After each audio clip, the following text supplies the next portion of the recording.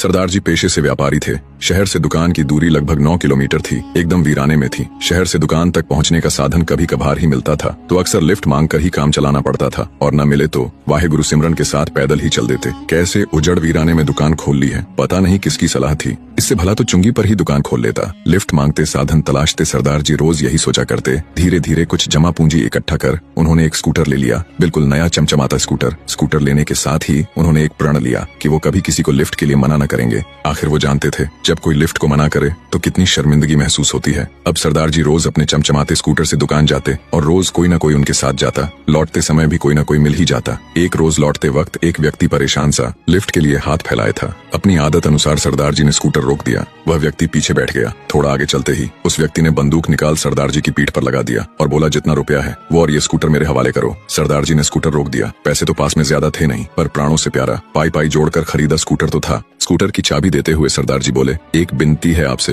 व्यक्ति बोला, क्या? सरदार जी बोले, यह कि तुम कभी किसी को ये मत बताना कि ये स्कूटर तुमने कहां से और कैसे चोरी किया। विश्वास मानो मैं भी रिपोर्ट नहीं लिखूंगा। व्यक्ति हैरानी से बोला, क्यों? सरदार जी बोले, ये रास्ता बहुत उजड़ है और निरा वीरान भी, सवारी मिलती नहीं। उस पर ऐसे हादसे सुन आदमी लिफ्ट देना भी छोड़ देंगे। व्यक्ति का दिल पसीजा। उसे सरदार जी भले मानुष प्रतीत हुए, पर धंधा तो धंधा होता है। ठीक है कहकर वह व्यक्ति स्कूटर ले उड़ा। अगले दिन सरदार जी सुबह सुबह अखबार उठाने दरवाजे पर आए। दरवाजा खोला तो स्कूटर सामने खड़ा था। सरदार जी की खुशी का ठिकाना न रहा। दौड़कर स्कूटर के पास गए और अपने स्कूटर को बच्चे जैसा प्यार करने लगे। देखा तो उसमें एक कागज भी लगा था। सरदार जी, यह मत समझना कि तुम्हारी बातें सुन मेरा हृदय पिघल गया। कल मैं तुमसे स्कूटर लूट उसे शहर ले गया। सोचा कबाड़ी वाले के पास बेच दूं। अरे ये तो सरदार जी का स्कूटर है। इससे पहले मैं कुछ कहता, कबाड़ी वाला बोला, अरे सरदार जी ने मुझे बाजार कुछ काम से भेजा है। कहकर मैं बाल बाल बचा, परंतु शायद उस व्यक्ति को मुझ पर शक सा हो गया था। फिर मैं एक हलवाई की दुकान गया। जोरदार भूख लगी थी तो कुछ सामान ले लिया। अरे ये तो सरदार जी का स्कूटर है। वो हलवाई भी बोल पड़ा, हाँ उन्हीं के लिए तो ये सामान ले रहा हूँ। घर में कुछ मेहमान आए हुए हैं। कहकर मैं जैसे तैसे वहाँ से भी बचा।